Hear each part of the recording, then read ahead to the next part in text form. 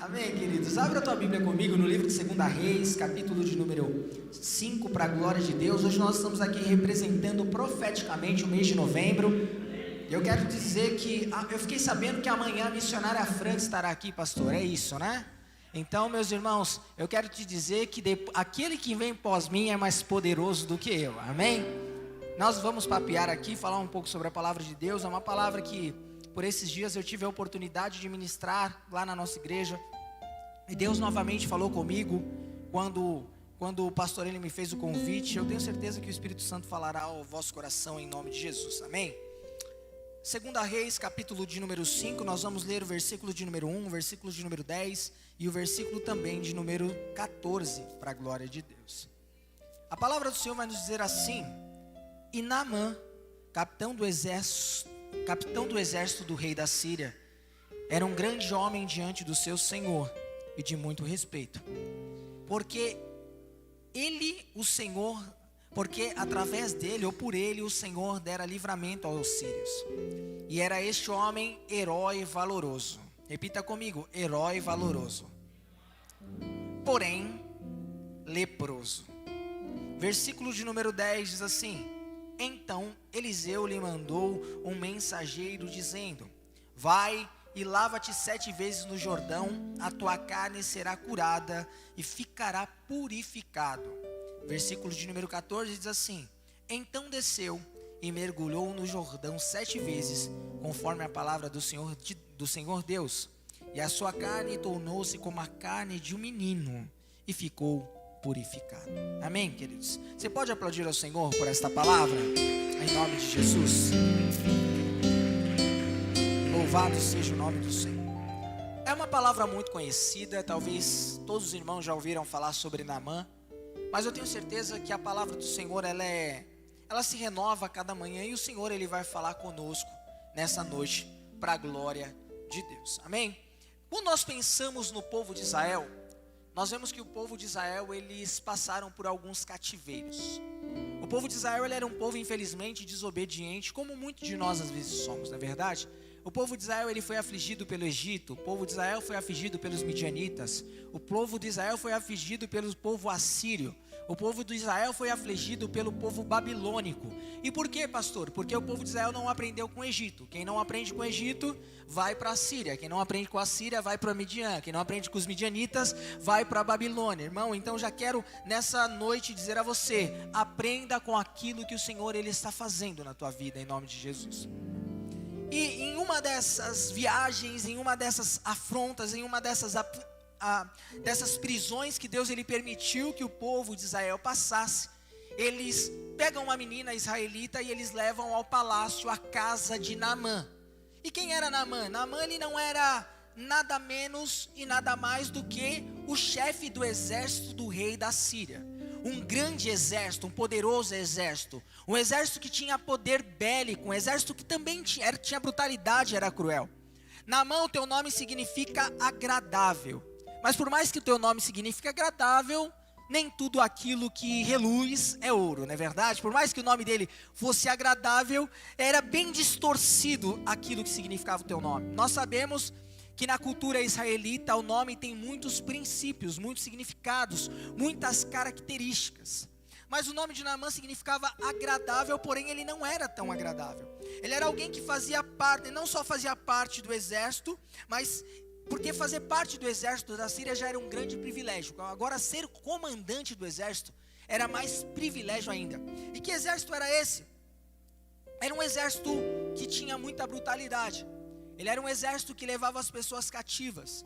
Mas não só isso, algumas pessoas eram decapitadas, outras eram amputadas, outras eram esfoladas, porque aquele exército historicamente, ele pegava alguns dos seus inimigos, ele pegavam as pessoas, eles amarravam as pessoas nas carruagens, eles saíam nas carruagens, nas cidades, para mostrar que aquela pessoa estava sendo esfolada viva. Não só isso, mas ele é aquele exército também que tinha emplacamento. O que era o emplacamento? Eles pegavam algumas estacas de madeira e eles perfuravam as pessoas até elas sangrarem e morrer.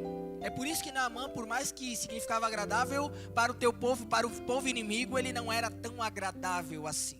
Ele era alguém que comandava um exército, e era alguém que comandava um exército que era cruel. que era bruto, que amputava, que decapitava, que esfolava, que fazia um emplacamento, que era a estaca que passava todo o corpo dos teus inimigos até eles sangrarem, até eles morrerem.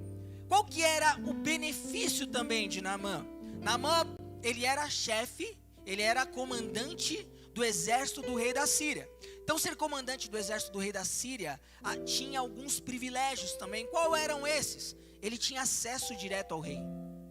Ele tinha servos, servas, tinha moradia, tinha alimento, tinha riquezas, tinha vestes. Naamã, quando ele saía na rua, as crianças olhavam para ele, tinha ele como uma referência. E todos falavam, olha, eu quero ser quando eu crescer como Naamã. Então Naamã não era qualquer homem, ele era um homem que comandava um exército brutal, sim. Porém, a Bíblia vai dizer no versículo de número 1 que para o teu povo ele era um herói valoroso. Todo mundo queria ser como Naamã. Naamã, ele era, diante de todos ali, um espelho, diante de todos ali, uma referência, diante de todos ali, um ídolo. Digo do teu povo, e por ser ídolo tinha alguns privilégios. Acesso ao rei, servos, moradia, alimento, riquezas, vestes. Mas a Bíblia vai dizer no versículo de número 1, e é o que me chama muita atenção aqui começando a palavra, que Naamã, ele era capitão do exército do rei da Síria, e ele era um grande homem diante do seu senhor, e ele era muito respeitado por ele. Mas a Bíblia diz por que ele era respeitado. Versículo de número 1 vai dizer assim, porque por meio dele o Senhor dera livramento aos sírios. Então por que Naamã ele era respeitado? Porque por meio dele, Deus havia dado livramento aos sírios. Eu já quero começar a trazer uma palavra ao teu coração nessa noite, porque Naamã ele era respeitado pelas suas conquistas. Ele não era respeitado por aquilo que ele é, mas por aquilo que ele fazia, porque para o mundo é isso, mais vale o que você tem do que aquilo que você é. Para o mundo, um padrão de beleza, para o mundo, um padrão de gente bem sucedida é como Naamã. Ele é alguém que aparece na revista Forbes como um dos homens mais ricos do mundo. Isso independente do teu caráter. Até porque tinha até um político que, não sei os irmãos conhecem, mas eu conheço, é um pouco mais antigo, que todo mundo votava nele e falava assim, ó, ele rouba, mas ele faz. Sim ou não? Ah, ele rouba, mas ele faz. Irmão, mas ele rouba. Então olha o tipo de padrão distorcido que a sociedade, ela coloca, ela imputa como ídolo, como alguém que está na frente. E Naamã, ele era esse homem, ele não era respeitado por aquilo que ele era. Ele era respeitado por aquilo que ele conquistava. É diferente quando nós olhamos a Deus e a Bíblia diz que Deus ele se apresenta diante de Samuel e fala, Samuel, vai à casa de Davi, vai à casa de Jessé, porque eu tenho escolhido ali um rei para Israel. A Bíblia diz que começa a vir os filhos de Jessé, Nadab, Abinadab, Samar, homens fortes, valentes, homens de guerra. E aí Deus olha para ele e fala assim, Samuel, eu não vejo como vê o homem, porque o homem olha para fora, Samuel, mas eu olho para dentro. Eu vejo o coração, Samuel. Porque o mundo valoriza as suas conquistas. É o que a Bíblia diz. Naamã era respeitado, sim. Só que ele era respeitado porque através de Naamã, Deus havia livrado os sírios. Era porque ele era? Não, era por aquilo que ele conquistava. Só que por quanto Naamã, ele era respeitado por aquilo que ele conquistava, a Bíblia diz assim, que ele era um herói valoroso, porém leproso. Porque Deus ele não está nem aí com quem conquista. Deus não quer um homem conquistador, Deus ele quer um homem sarado. Deus ele não quer alguém que conquista, Deus quer alguém que se deixa ser conquistado por ele. É diferente o mundo. Talvez você fale aqui, pastor, eu estou passando por um estreito, eu estou passando por um perrengue, pastor, você não sabe como é que está a minha vida, eu não tenho conquistado, parece que está muito difícil. O importante é que Deus olha para você e fala assim, para mim você é valoroso. Gideão, no Juízes capítulo de número 6, malhando o trigo no lagar, a Bíblia diz que Deus aparece para ele e fala assim, varão valoroso. Ele começa a falar, mas eu sou pequeno, eu sou o melhor, eu sou o menor da minha tribo, o menor da minha casa. Mas Deus olha para ele e fala, você para mim é varão valoroso, você para mim é varão valoroso, porque Deus ele não vê o que você tem, Deus ele olha para dentro do teu coração.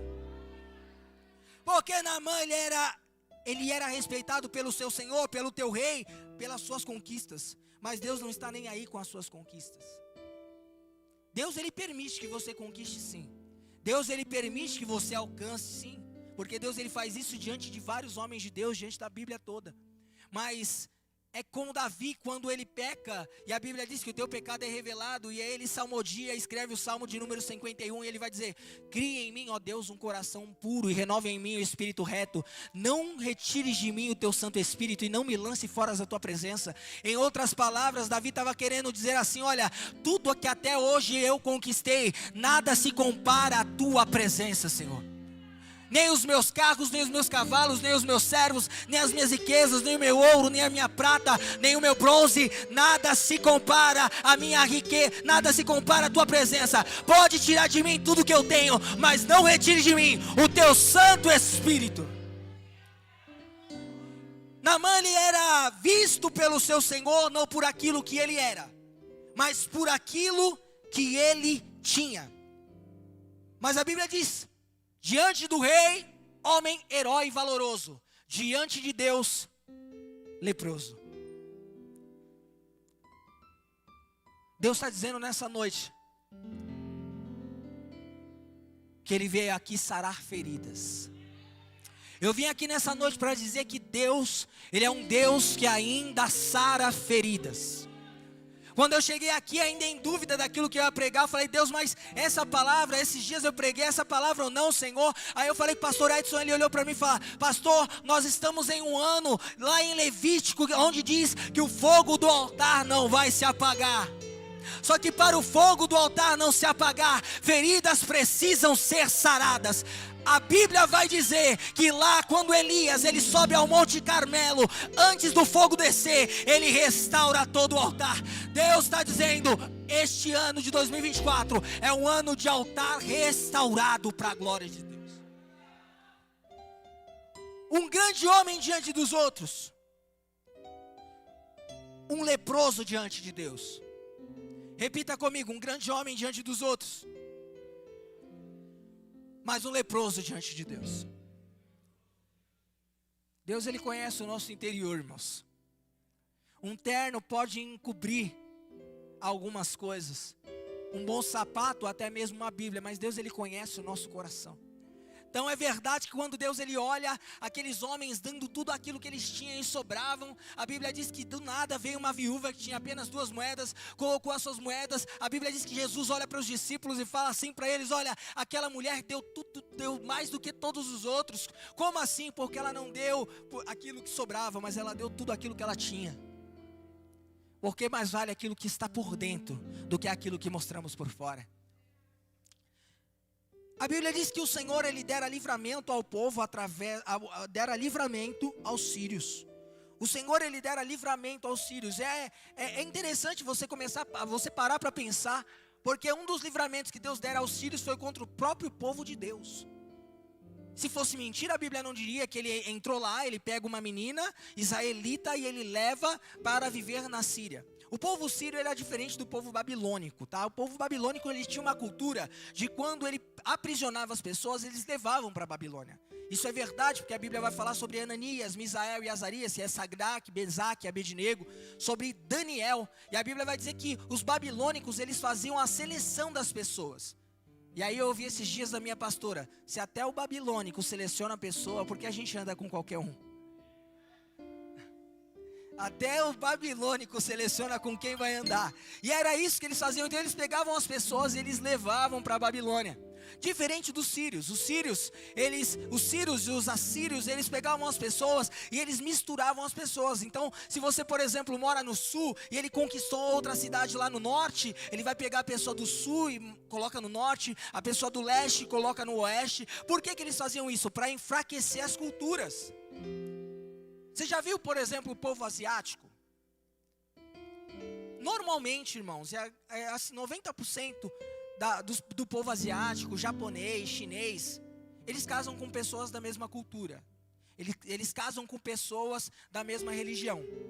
Isso é em 90% das vezes é dessa forma. E por quê? Uma questão cultural. Por quê? Porque quando você mistura povos, a cultura ela vai se perdendo. Quer enfraquecer uma cultura? Quando há uma mistura de povos. Isso é tão verdade que lá em João capítulo de número 4, a Bíblia vai dizer que quando Jesus ele entra em Samaria, a mulher ora para ele e fala assim, olha, como o Senhor sendo judeu, vem pedir água a mim que sou samaritana? Porque os judeus e os samaritanos eles não se davam, e por quê? Porque os samaritanos não eram um judeu puro, era um judeu misturado, eles tinham algumas misturas. Quando Deus falou para não se envolver com outros povos, eles se envolveram e dali nasceu os samaritanos, e é por isso que eles não se davam com o judeu, porque judeu ele tem uma cultura de fazer negócios com o judeu puro. Por quê? Quando há uma cultura misturada, há uma perda de cultura. É o que está acontecendo no século 21, uma cultura assíria no meio da igreja. Porque para a gente conquistar pessoas hoje na igreja, a gente precisa trazer algumas coisas do mundo para a igreja. Aqueles homens, os sírios, Deus ele dera livramento àqueles homens, inclusive no meio do teu povo. E a gente pode parar para pensar que é injusto isso, não? Sim ou não? Quando você olha alguém prosperando, alguém que é um gentil, e você olha para a tua vida, que às vezes não está prosperando, você fala, Deus, mas eu te sirvo, eu te busco. Eu sou pastor de igreja, irmão. E o que eu já vi de pessoas que falam, pastor, eu estava fora da igreja, estava tudo indo bem. Comecei para a igreja, está indo tudo mal. A Bíblia vai dizer em Salmos que Asaf ele vai falar, olha, quanto a mim eu quase tropecei quando eu comecei a olhar a prosperidade dos ímpios. Mas ele vai dizer, mas quando eu entrei no templo, eu vi o final de todos eles. E Deus dera livramento a Naamã e o teu povo contra o teu próprio povo. Porque Deus tem a sua forma de trabalhar. Às vezes nós não entendemos, mas Deus ele não perdeu o controle de nada. Talvez você está aqui falando, pastor, eu não estou entendendo o que está acontecendo comigo. Eu não estou entendendo o que está acontecendo com a minha vida. 2024 já começou doloroso. A Bíblia vai dizer que Jesus, depois que recebe o Espírito, ele vai ao deserto. Ananias, Misael e Azarias, o Sadraque, Mesaque e Abednego, não se prostra e vai para a fornalha. Daniel continua orando e vai para a cova dos leões. Mas tanto no deserto, quanto na fornalha, ou quanto na cova, o Senhor era com todos eles. O deserto não vai te matar, a fornalha não vai te matar, a cova não vai te matar, porque o Senhor é contigo. Pode uma mãe se esquecer do teu filho, porém o Senhor não se esquece de você. Já comecei apanhando no ano de 2024 e não estou entendendo nada. Milagre não se entende, milagre se vive. Você acha que Ezequiel, na altura do capítulo de número 37, depois que vê trono aberto, depois que vê o Deus falando filho do homem, Deus ele pega Ezequiel em espírito e leva ele para onde? Para um vale cheio de ossos secos.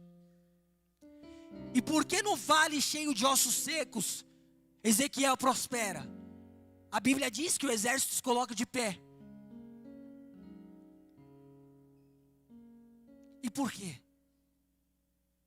Capítulo de número 37, versículo de número 1.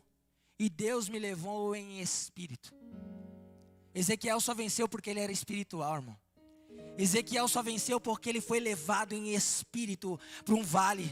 Eu quero te dizer, meu irmão, que na carnalidade ninguém vence vale. Nós só vencemos vales de forma espiritual. Deus está dizendo que no ano de 2024, irmão, nós devemos largar um pouco da nossa carnalidade, começar a viver uma vida espiritual, porque o fogo do altar não vai se apagar, a lenha continuará ardendo continuamente,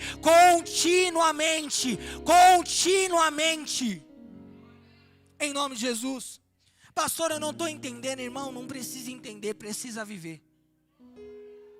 A Bíblia diz assim, olha, entregue o teu caminho ao Senhor, confia nele e ele tudo fará. Entrega o teu caminho ao Senhor, confia nele e ele tudo fará. Provérbios vai dizer assim, olha, confia no Senhor de todo o teu coração e não te estribes em teu próprio entendimento. Reconhece ele em teus caminhos e ele endireitará as suas veredas. Fala, confia. A Bíblia vai dizer assim, que os que confiam no Senhor são como os montes em Sião, que não se abalam, mas permanecem para sempre. A palavra é confiança, porque cristão não anda por vista, cristão anda por fé. Imagina o povo vendo Deus dando vitória a Naamã, que era um inimigo, que era gentil, que não era merecedor. não entenderam nada. Mas Deus tinha um propósito em todas as coisas. Deus sempre tem um propósito em todas as coisas. Eu me lembro que quando havia um homem no meio do caminho e a Bíblia diz que os discípulos falaram, olha, enfermo, e a Bíblia diz que os discípulos olham para Jesus e falam, Senhor, quem pecou, ele ou o pai dele? Aí o Senhor Jesus olha para eles e fala assim, olha, nem ele nem seus pais, isso tudo aconteceu para que se manifestasse a glória de Deus. Então todas as coisas acontecem para que se manifeste a glória de Deus. Lázaro, Jesus não voltou em 3, Jesus voltou no 4º dia. Porque havia uma cultura que até o 3º dia o espírito poderia voltar ao corpo. Era uma cultura da época. Jesus ele vai no quarto para mostrar a todos eles que o único que pode fazer reviver é o próprio Senhor Jesus. Efésios capítulo de número 2 vai dizer assim: e ele nos vivificou, nós estando em mortos nossas ofensas e em nossos pecados. O único que traz vida é o Senhor Jesus. O único que traz vida é o Senhor Jesus. Eu não estou entendendo, não precisa entender, irmão. Precisa viver.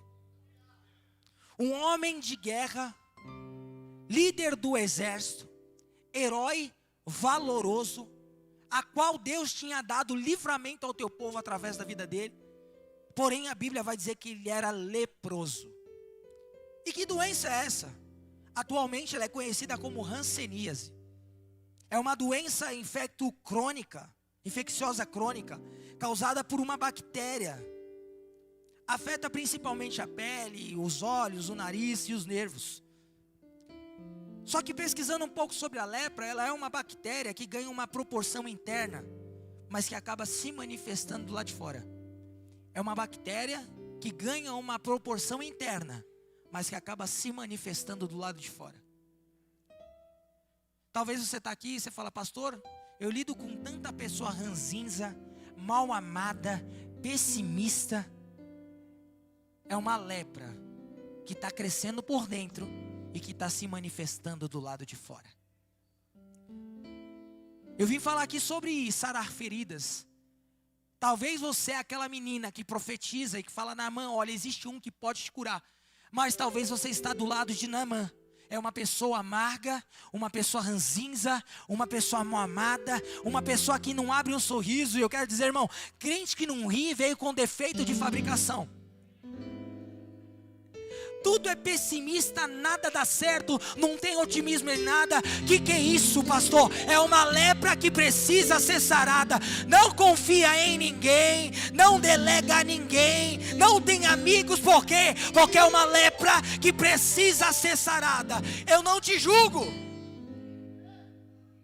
Eu não te julgo, sabe por quê?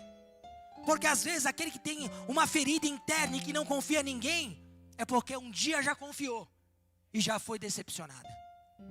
Aquele que tem uma ferida interna que não consegue se abrir para um relacionamento novo, é porque um dia amou e um dia foi ferido. Mas eu quero dizer que tem cura para você nessa noite. Tem cura para você nessa noite. Deus ele me trouxe aqui para dizer, tu quer ser sarado? Você quer ser sarado no ano de 2024? Tem cura para você aqui nessa noite. No ano passado eu falei aqui sobre a casa de Maquir. A casa de Maquir é a casa que abrigou Mefibosete antes dele ir para Jerusalém. E por que, pastor? Porque foi necessário ele passar na casa de Maquir para que Deus fizesse coisas grandes através da vida de Mefibosete. Amar, casa de Maquir. Mas Jerusalém é que te espera, irmão. E talvez você entrou aqui Mefibosete, paralítico, coxo, ferido. Mas Deus quer tirar você nessa noite daqui, de pé e rumo a Jerusalém. Rumo a Jerusalém. E é triste, irmão, porque é uma ferida interna que se manifesta do lado de fora.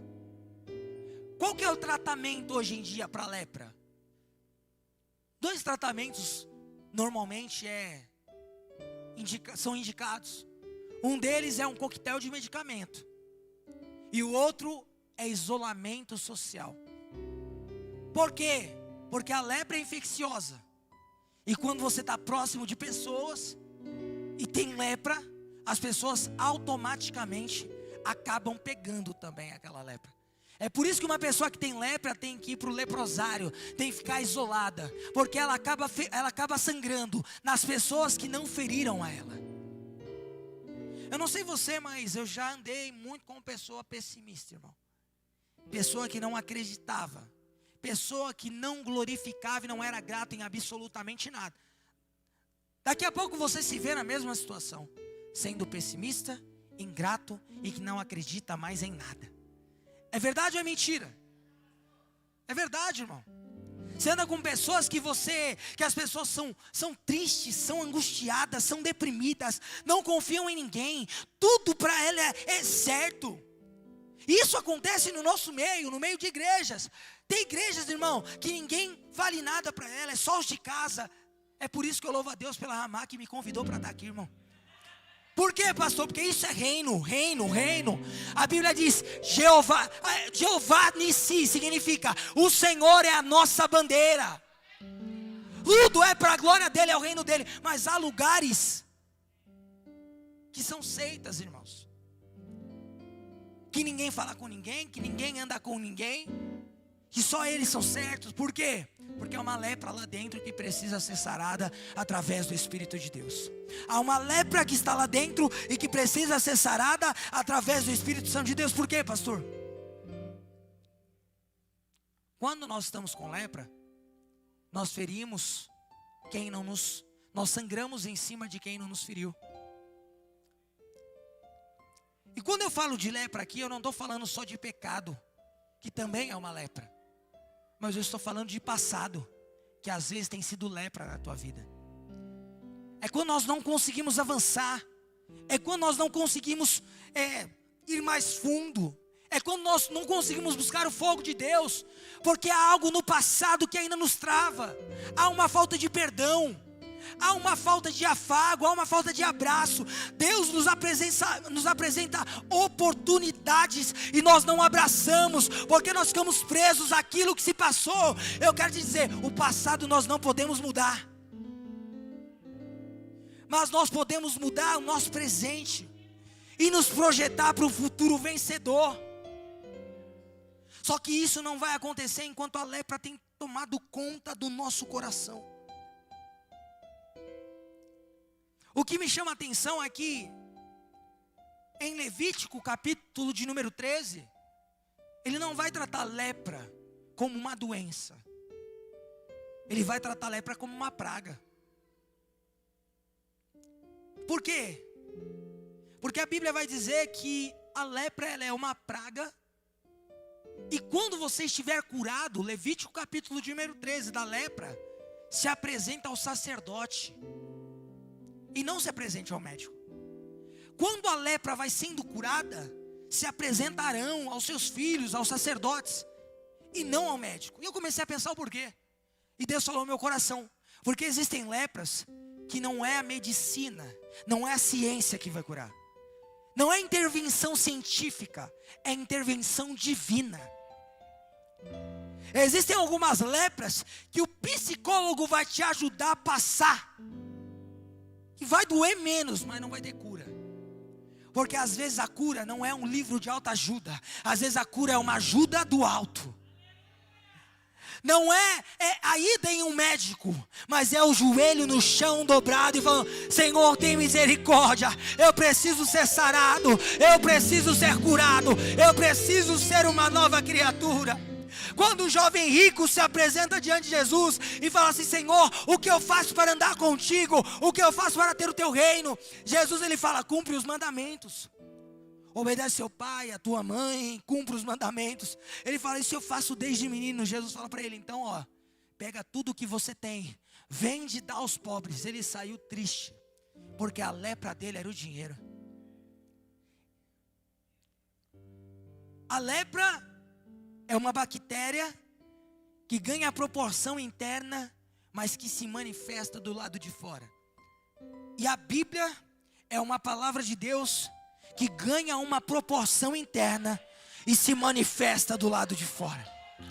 A Bíblia diz assim, olha, a palavra do Senhor ela é mais penetrante do que uma espada de 2 gumes. Ela faz separação entre alma, medula, entre espírito. Ela está apta a discernir o pensamento, a intenção do coração. Porque a lepra, ela é uma bactéria interna que ganha uma proporção do lado de fora. E a Bíblia, ela traz uma cura interna que ganha uma proporção do lado de fora. Deus veio dizer nessa noite, eu tenho cura para você. Eu tenho cura para você. Eu tenho cura para você. Estamos sangrando em pessoas. Estamos sangrando em pessoas. Estamos sangrando em pessoas. Imagina para você, irmão, a posição de Naamã. Alguém que era benquisto pela sociedade, um homem valoroso diante do rei, visto por todo mundo, mas ele era alguém leproso. Tinha uma felicidade aparentemente diante das pessoas, esbanjava sorriso, talvez alegria e motivação, porque a pior coisa é que tem um líder desmotivado, irmão. Porque se o líder está desmotivado, todo mundo fica desmotivado. E aí quando você olha para a vida de Naamã, ele precisava motivar pessoas, encorajar pessoas. Só que quando chegava na tua casa, ele se deparava com um monte de lepra. Só que a Bíblia vai dizer que tinha uma menina naquele ambiente. E aquela menina, versículo de número 2, que a Bíblia vai dizer assim, olha, e saíram as tropas da Síria, da terra de Israel, e levaram preso uma menina, que ficou a serviço de Naamã. A menina que a Bíblia não fala seus antepassados, a menina que ninguém vai falar qual era o teu nome, mas uma menina que nós sabemos uma das suas características. Ela era israelita. Ela era alguém que veio da aliança com Deus. Porque coisa boa, meu irmão, é quando ninguém sabe talvez o teu nome, quanto você ganha, nem o teu status social, mas sabe que você carrega a presença de Deus. Eu fico muito feliz quando eu vou em lugares, e às vezes eu volto em lugares que as pessoas falam, olha, eu não sei qual é o nome dele, nem lembro. Eu sei que é um neguinho, baixinho, magrinho, que usa óculos e ainda é calvo. Mas eu lembro que ele pegou aqui no ano passado. Eu lembro que ele falou sobre a casa de Maquisa. Por quê? Porque não me importa se vai conhecer por meu nome. O importante é saber que eu sou israelita. O importante é que as pessoas saibam que você é israelita. Pastor, não lembra o meu nome. Pastor, não me dão honra. Pastor, ninguém me abraça. Mas sabe que você é israelita. Sabe que você carrega a presença de Deus. Aquela menina, ela poderia não ter falado nada, porque ela já estava numa posição de escravidão. Ela foi arrancada do teu país, do convívio da tua família, e estava dentro de uma outra cidade, com outra cultura, com outros deuses, mas mesmo assim ela se manifesta para ajudar Naamã a sarar sua ferida. E eu começo a pensar o porquê disso, porque só quem viveu por cativeiro, só quem já viveu cativeiros, que vai se compadecer da ferida dos outros. Só quem passou por momentos difíceis, que é capaz de entender outras pessoas que passam pelos mesmos momentos difíceis. Às vezes, pastor, eu costumo falar que a minha esposa, pastor Edson, costumo falar que a minha esposa, ela não é ela é Robin Hood, mas ela é o contrário. Por quê? Porque o Robin Hood, ele tira dos ricos para dar para os pobres. Ela tira dos pobres para dar para os pobres. O pobre sou eu, entendeu? Às vezes ela quer abençoar pessoas, e aí eu olho, mas ela fala, eu já sei o que eu passei. Eu já sei o que é não ter. Eu já sei o que é se humilhar diante de pessoas. Exatamente por conta disso que aquela menina se levanta. Está vivendo cativeiro, mas se compadece da ferida dos outros. Porque só quem passou por momentos de cativeiro consegue entender o que é o sofrimento do outro. Às vezes você fala, pastor, eu estou passando por um momento tão difícil. É porque vai servir de testemunho para outras pessoas. É porque você vai ajudar pessoas. É porque quando alguém tiver com lepra, você vai falar, eu sei aonde está a cura. Eu tive a mesma lepra, passei pela mesma situação, mas eu fui curado, eu fui sarado, eu fui liberto. Naamã, ele tinha uma posição e ele precisava zelar por ela. Só que ele é alguém que tinha uma posição, mas era alguém que tinha uma lepra. E é difícil alguém que tem posição ter a humildade de reconhecer que tem lepra. Por quê, pastor? Porque algumas posições maqueiam as nossas lepras, irmãos. Naamã, ele era líder, porém leproso.